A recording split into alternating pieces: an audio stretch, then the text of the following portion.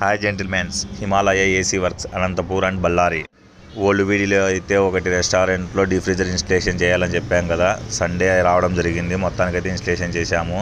Sunday దీనికి temperature set చేసుకోవడానికి సబ్జీలు అయితే లేకపోయింది, అందుకే డైరెక్ట్ కనెక్షన్ ఇచ్చేసాము ప్రజెంట్ పని జరగాలని. మరి నెక్స్ట్ డే వచ్చేసి దీన్ని సబ్జీలు అయితే ఇన్స్టాల్ చేసాము.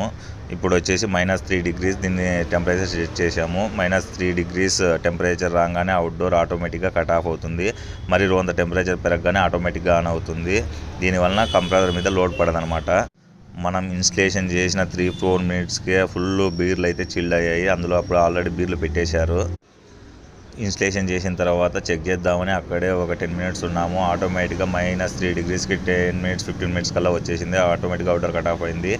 మళ్ళీ 2:0 వచ్చేకల్లా ఆటోమేటిక్గా అవుట్డోర్ ఆన్ అయ్యి -3 degreesకి తీసుకొచ్చేసేసింది. Thank you for your support. Please subscribe and like and share. Thank you.